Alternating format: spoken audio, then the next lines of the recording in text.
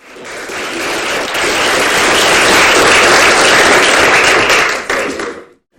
you very much, Tadahiro, for the lovely introduction, and thank you, Lorenzo, for inviting me to speak today, and welcome to any of you that are coming from outside of London to ICDL.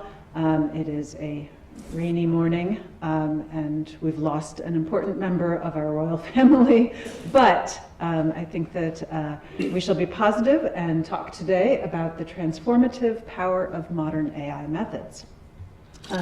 So yes, my name is Raia Hadsell. I'm the Director of Research at DeepMind, but really I focus on our areas of research in robotics and also continual learning. So first let me say what I mean by modern AI. It's sort of a fuzzy designation, but I'm really thinking about in the context of developments in neuroscience, in computation, and in methodology. So neuroscience and cognitive science have been hugely influential. I know that ICDL is sort of an interdisciplinary conference, and so I'm sure that you agree with me on this, but I really believe that a lot of the advances in our understanding of the mammalian brain and intelligence have really helped to support advances in AI over the last couple of decades, and really helped to inspire a lot of the architectures and methods that we use. Secondly, I will call out Moore's Law. I think that we cannot underestimate the importance of computation and what we can do with digital computers in our pursuit of artificial intelligence. Gordon Moore made this prediction back in 1975, and it has held true for almost 50 years. That's pretty remarkable. You know, I would love to put out a prediction that could then hold true year after year for that long. And although people have been saying for decades now, oh, the end is in sight, the end is in sight, we don't seem to be there yet. And so really the amazing doubling of capacity in space, that simple of a technological metric, has really dramatically impacted what we can build with AI methods. And then, so that takes us to AI methods.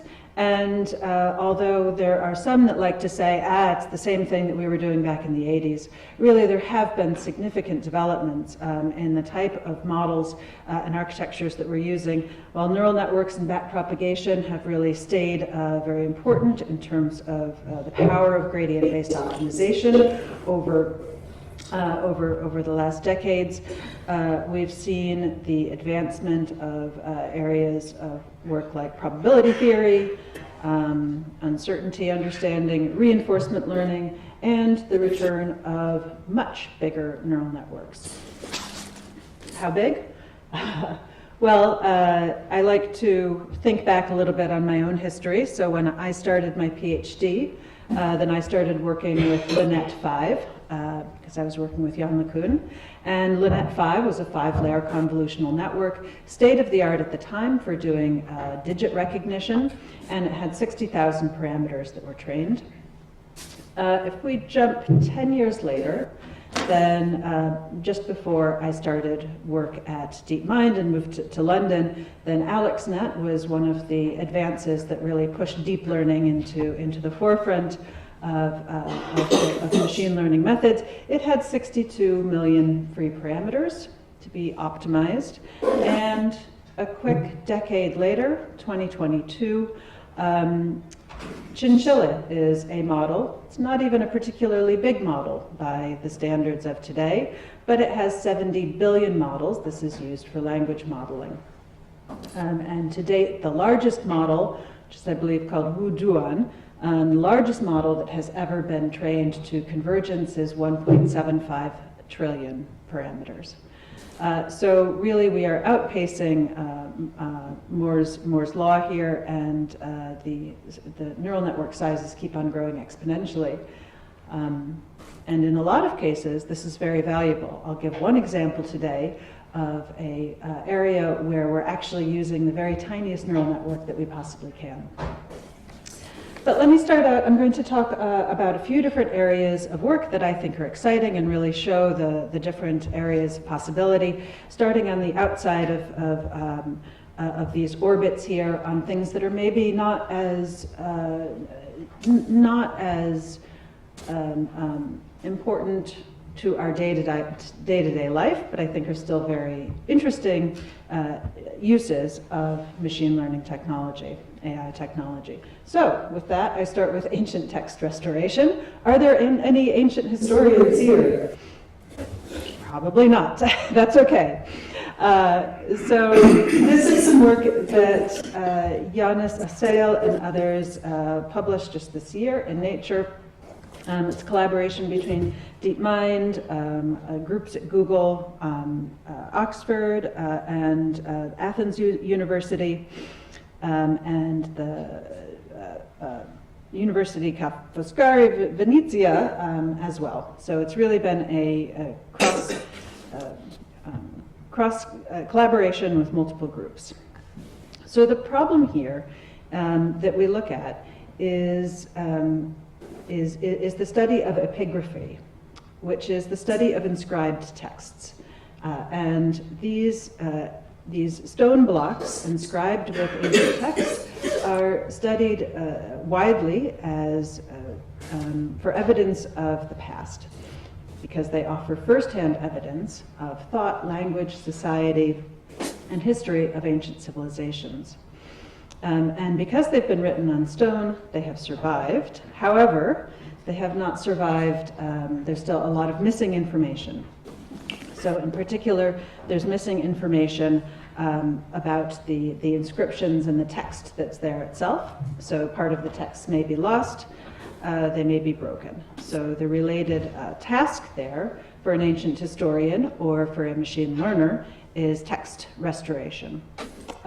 Inscriptions may have been trafficked or moved, so we may not know where they are from. And so the problem of geographical attribution is one.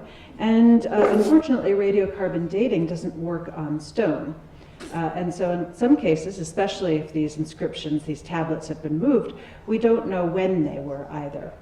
So we're really missing some of the key facts, but of course these are all intertwined. The text that is there on the inscriptions gives clue to the when and the where, and the when and the where give clues to the text as well. So this just gives an example of an actual restored decree, and you can see how much is actually there and how much has to be reconstructed. So the approach that was developed, it's a model called Ithaca, and the idea is to use a language model, a predictive model, to train it on as much of this data that we do have as, that we can find, and that expert historians have given us the information about the where and the when and what the missing text is. And we train this model on that data, and we train it to not just predict one of these three things, but to predict all three of them together. So we feed in individual characters. Good, you can see the mouse. We feed in individual characters. We also feed in the words that are known, and that position information that's fed into a transformer torso, which is stacks of attention modules. And then we have three different outputs here based on that same processing within the torso. And one of those heads, as we would call them, task heads, does the prediction of the missing text. Others predict geography, and others predict chronology. And one of the nice things about this system is that not only do we get these sort of answers, but we also get multiple hypotheses. So the system can generate multiple different types of restorations and then rank those by probability, by likelihood, which gives us a good way of identifying not just one most likely possibility, but others as well. And we also get to see saliency and be able to, and are able to look directly at what were the what was the surrounding information, the contextual information that was most valuable for producing that prediction. In looking at the geographical attribution, we get as well a range of probabilistic output of different possible locations that inscription could have originated from. And chronological, we predict an actual specific date, which is more specific than ancient historians use. They tend to identify simply ranges of time. But what we've seen is that Ithaca tends to give quite accurate measurements when measured against the ground truth. And so we have some experimental evaluation. We compare Ithaca against a prior work called Pythia, and also against how human experts can do. And we look at 3 different numbers, looking at restoration, looking at region, and looking at date. And we actually have a very accurate system, which is more accurate than Pythia, and more accurate than the humans acting alone. And interestingly, if we then say, let's have the ancient Historia actually work with Ithaca, and together trying to come up with the best answers, that's when we get the actual best results in terms of the restoration accuracy, at least. So this shows the value not only of working with experts in a given domain, but then actually building the model such that it is valuable for those experts and then can be used by them as a tool. We see a wider appeal of Ithaca-related approaches. Any discipline that deals with ancient texts might be able to take advantage of this type of approach because it works, it can be used in any language, ancient or modern. It can also be used to discover new artifacts, trafficked artifacts, or forged artifacts. And so really the transformational impact of this work lies in delivering state-of-the-art research from the sciences to extend the scope of the humanities. All right, I'm now going to switch gears, be prepared, to plasma stabilization. Might not have seen that coming, but I really wanted to showcase here some of the very different uses of different types of AI methods that we work with. And this is for the this is work which focuses on control of plasma in fusion reaction. And the approach that's used here, as I'll talk about, is very different. Rather than using a very large transformer network with a lot of parameters trained via prediction, instead we're going to use reinforcement learning to train a very, very small network so that it can solve this control problem at a very, very high rate. All right, so this is my one slide on nuclear fusion, which is hopefully enough to set the context for this piece of work. So in 1920, a British physicist by the name of Aston first figured out that if you combine hydrogen, you get helium, and that this produces energy as part of that chemical process. And that was the first hint that this might be what is happening to create the power of stars and our sun. And so starting with that discovery in the 1920s, there was a lot of work done on stellar fusion, and people quickly started to think about how we could harness the power of the sun on Earth and create our own contained plasma reaction. And by 1950, then the idea of having this contained reactor controlled by magnets was developed, and this is the toroidal tokamak system that was first described theoretically in the 50s and then was not built for another couple of decades. and it is still, now in the 2020s, it is our best bet for having fusion that is stable and could be useful for energy on Earth. All right, so question, how do you fuse two nuclei? How do you put together two hydrogen atoms to create helium and release energy? And the answer is you put them together and push. You need to create an environment of plasma, fourth state of matter, where you have where you have neutrons, nuclei, and electrons running free, mixing together. And in order to create that sort of environment, you need an enormous amount of pressure. And so the idea of the tokamak reactor here, fusion reactor, is to create this sort of tunnel of plasma controlled by magnets. And you can see all of the coils going around the outside and the inside. And these provide that control and allow you to create a state of plasma, which will then produce energy which can be harnessed. So the trick here, though, is that you're dealing with things that are at such extreme temperatures, pressures, that it's very, very hard to create this, get it into that state of being plasma, and then keep that stable for as long as possible. So you can, this is a cross-section that you tend to look at. This is the simulator that was used here, where you look at sort of this tube of plasma, and you're trying to control that. You want to first keep the plasma alive, which means keep it active. The second goal is control the position of it and be able to do that. And the third goal is to control the shape of it. So these are sort of the three goals that were given to the group at DeepMind that started to work on this with the physicists in EPF in Switzerland. The solution that was deployed after looking at this for a long time in simulation and really thinking about the problem and trying out different algorithms is actually an algorithm that was developed for robotics.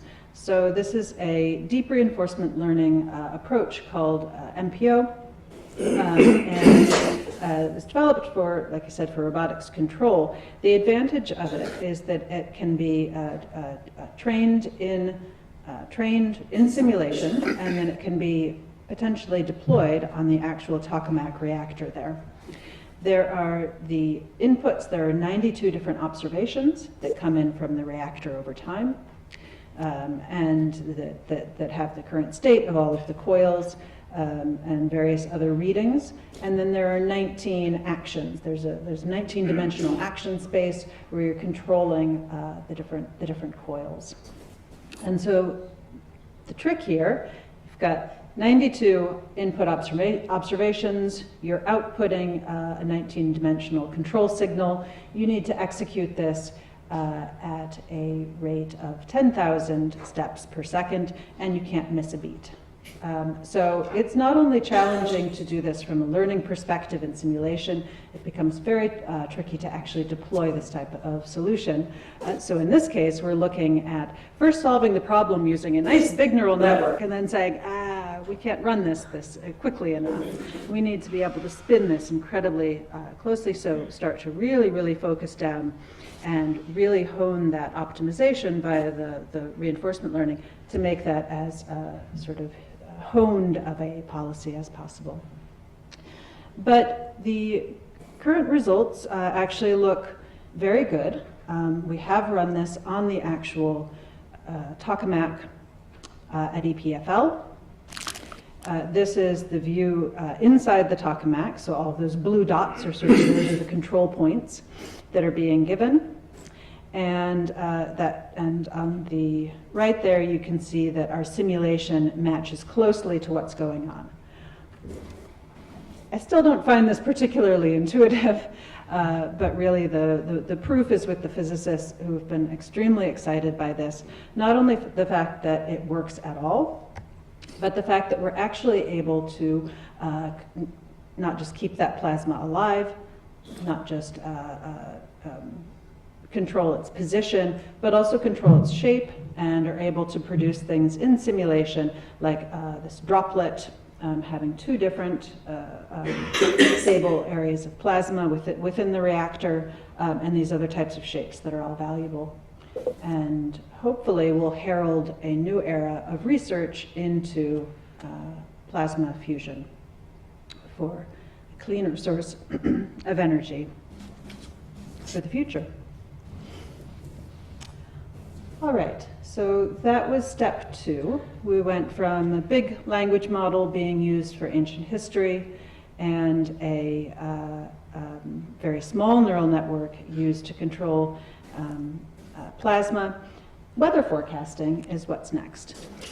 So really to highlight something which is maybe a little bit more tangible to us directly, we have a project that looks at how to predict the immediate future rainfall at a high level,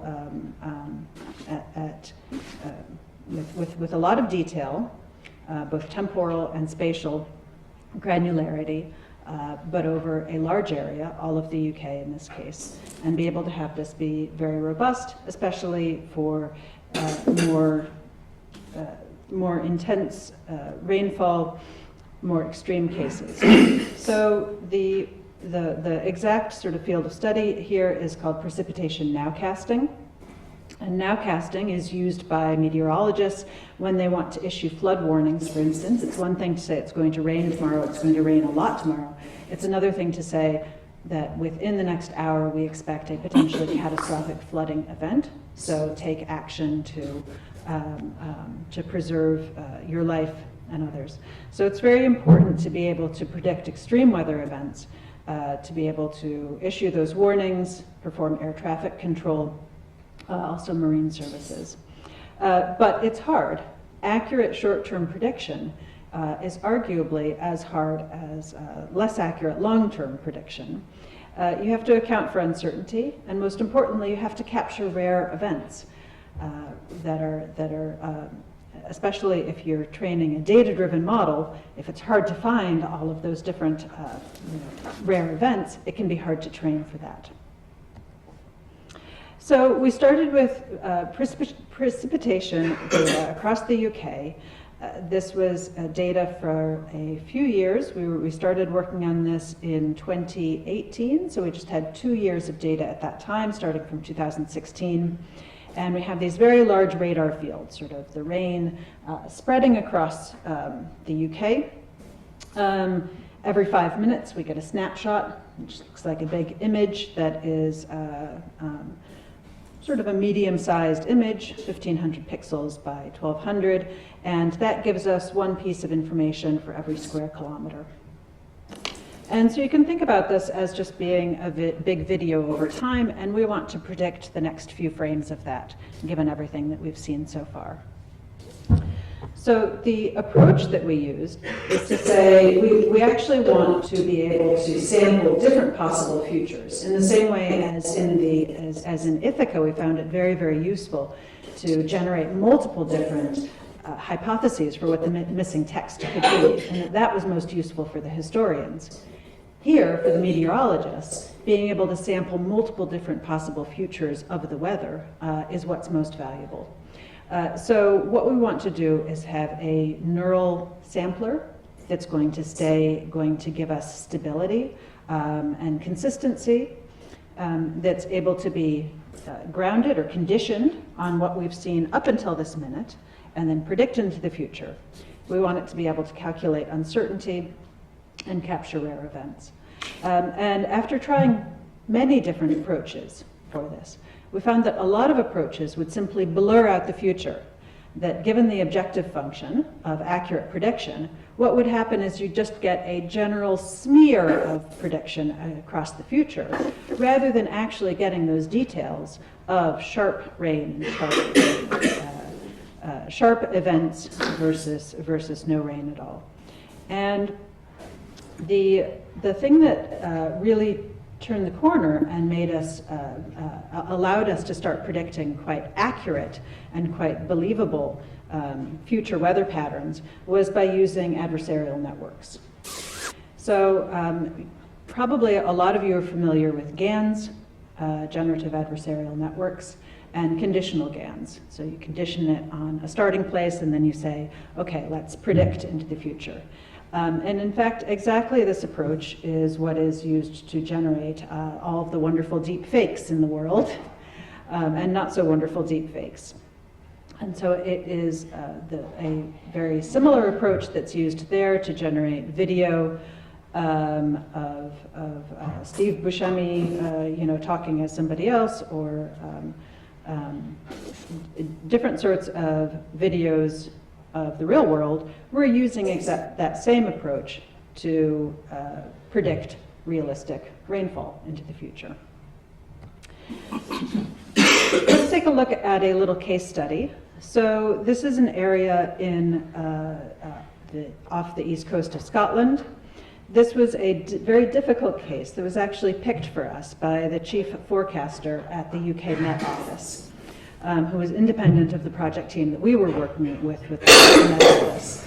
And he picked this case because it's very difficult to predict these sort of fast-changing convective cells that are producing rain and producing sort of small areas of intense rainfall over land over the period of the next 30 to 60 to 90 minutes. And if you look at what traditional nowcasting does, just an approach called pi steps, which I won't go into, and look up and down. If you haven't looked at these a lot, then it can take a moment. But if you look up and down at the t plus 30 minutes, then you can see that we've largely got the same sort of area of rain correct, but we're really starting to change what the actual signatures are and what the intensities are. That's not as much of a problem as if you look out at 60 minutes and 90 minutes and look top to bottom. And you can see that now we've got a very different shape and spread of this weather system. And we really don't have a lot of accuracy. So this is our method on the same problem.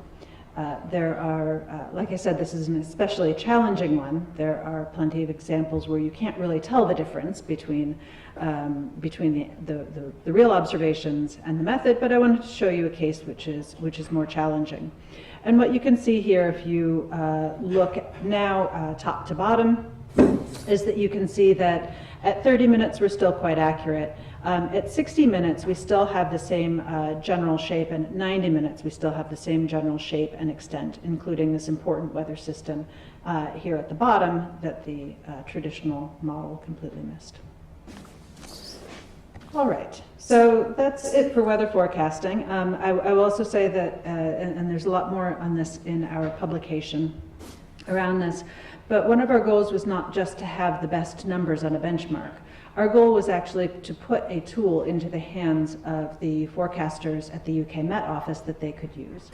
So we did a study and evaluation with those forecasters, and we gave them lots of different scenarios, and we gave them lots of different types of options and said, which tool do you want to use? Which tool is valuable to you? Which tool do you feel like has the accuracy and the features that you need? And their sort of overwhelming choice was this. So it was really felt like a success to be able to deliver something radically new into their hands to allow them to do their job better. So we've talked about giving tools to historians and to physicists and to weather forecasts. Let's bring it home and bring some methods back for roboticists.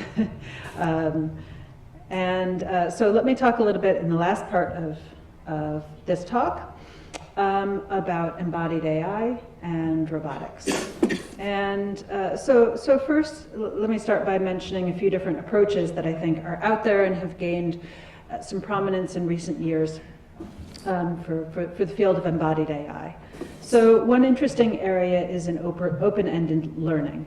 So the idea here is to build up as broad a spectrum as possible of different embodied tasks, use a single morphology, for instance, a humanoid or some sort of an avatar, and a single action space, and sort of learn by almost brute force of exposure across all of these variations, learn to become general, but in a way that's very tied to this domain and to that particular morphology. And so I think that this is really powerful work, but it also shows perhaps where we're not, where we don't yet have the sort of generalization we might want in an embodied agent. Secondly, there's been lots of work that's been done end-to-end.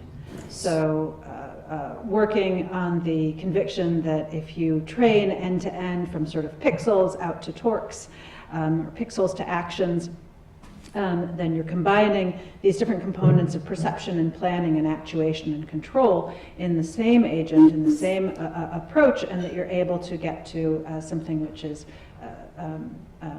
close to state-of-the-art for different types of robotics tasks. The problem then is that when you've trained end-to-end with a lot of data in simulation, you then have to transfer that to the real robot, which can sometimes be a very difficult problem of sim-to-real transfer, something that I've worked on and others have as well. And lastly, you might think about, in order to get to a more general approach, you might decouple perception from control. And you might say, well, we need to have the perception side of it, the observation side of it, be as general as possible. And so let's decouple that. Let's train perception separately from as much data as we can, and then have the control piece of it still be robot specific. So I would argue these are all good directions, and they've told us a lot, but they all still have some fundamental limitations when we think about the goal of getting to the type of control that is truly general, that can handle different types of embodiments, that can handle tool use, that can handle almost arbitrary levels of object complexity, that can take advantage of imitation. Third-person imitation in particular. I can watch a YouTube video of making an omelet, and then I can do it myself. And being able to use all of the different modalities.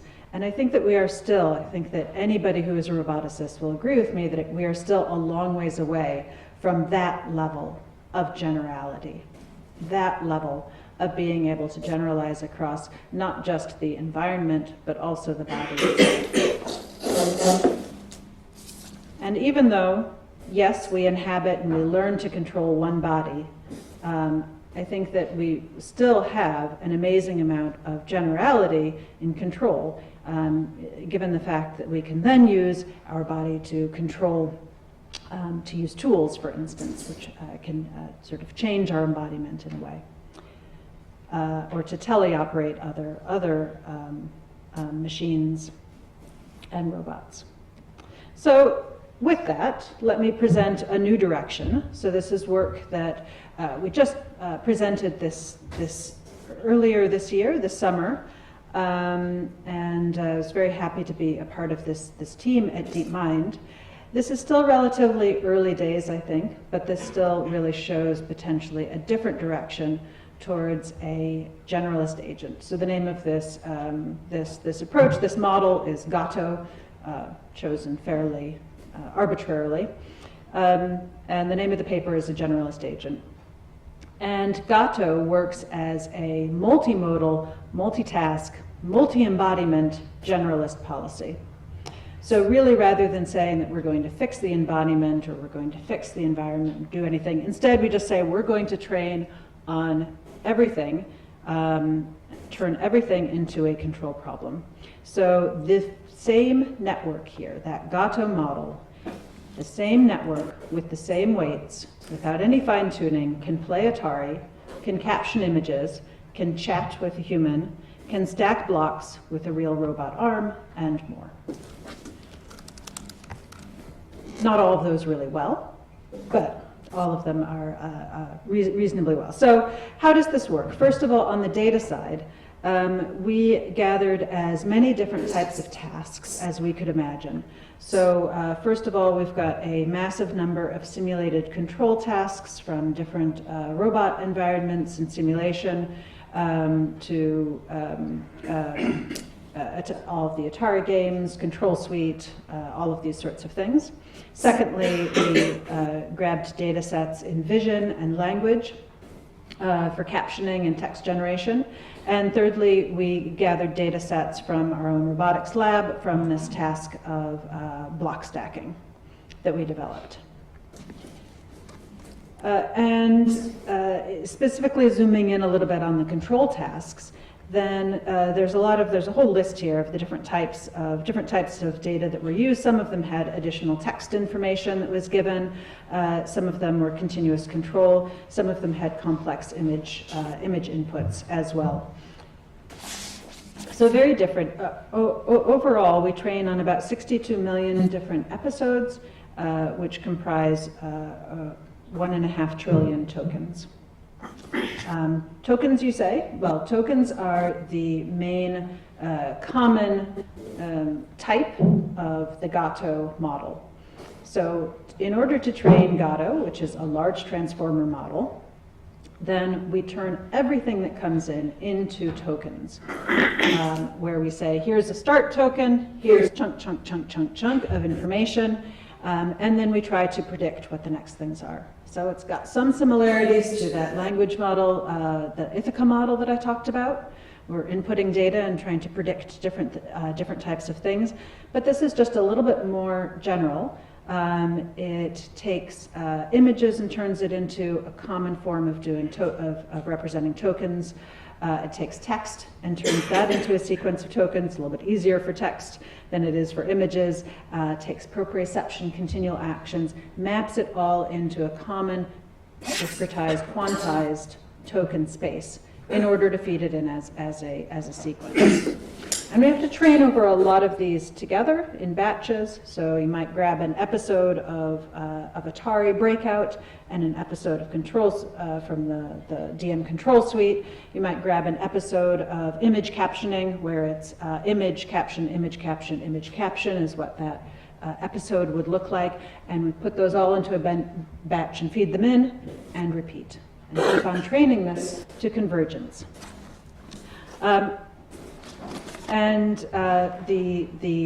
The prediction that we're doing is just a matter of sort of sliding, taking 2 copies of that input stream of tokens, sliding one, so now you're predicting one step into the future, it's very, very simple. And that's sort of the beauty of training large models like GPT-3, Gato, Flamingo, Chinchilla, other models, is that you're taking what we used to do using supervised learning and a lot of labor to get the right labels, to get the right outputs, and instead we're turning everything into a much simpler prediction problem. Turn everything into a sequence and just predict what comes next. It's cheap, it's much more scalable, and it works really well given a model that is big enough to really learn the patterns. Take that simple objective and train a model to learn all of the underlying patterns so that it can do well on that simple prediction task. And very exciting to see this working for control problems as well, not just for language and vision. So at deployment, of course, we don't have now these big batches of episodes. We just have a single domain that we're looking at, that we're evaluating. So we take some of the data, we feed it through as a prompt, and then from there we start getting predictions from the predictions of actions from the model, feed them back in autoregressively, and repeat. And that allows you to use this in a deployment sort of phase. The main issue here, if you want to run this on a robot, say, is how long it takes to do that inference, so that you can autoregressively feed in the next action and the next observations. So that's one of the tricky parts, is finding the right balance between making this model really, really large, but also keeping it fast enough that it can be run at speed in a faster control loop on a robot. But I'm happy to say that we have found a good balance. So first of all, here's Gato tested on control and vision and language tasks. I'm not showing any sort of hard results here because really it's a lot of graphs and charts. I will leave that to the paper that's published on this. But it does work for control tasks, it does work for image captioning, and it does work for chat.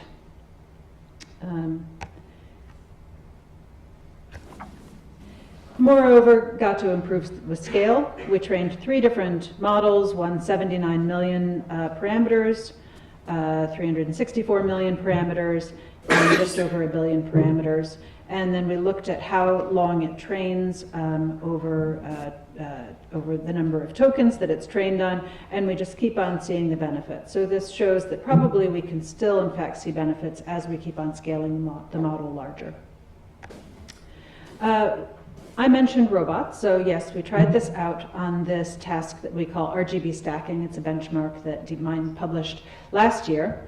And the task here is to stack red on top of blue in a 20-second time window and with ignoring green. And it looks like that might be simple, but actually all of the blocks are different shapes, and so some of them are very, very tricky. You can only stack them in a one type of configuration. They're slanty, pyramidal, etc. And moreover, we train on some sets of these different, some what we call triplets, taken from these different types of geometric axes, and we combine them together, and then we test on ones that haven't been seen before.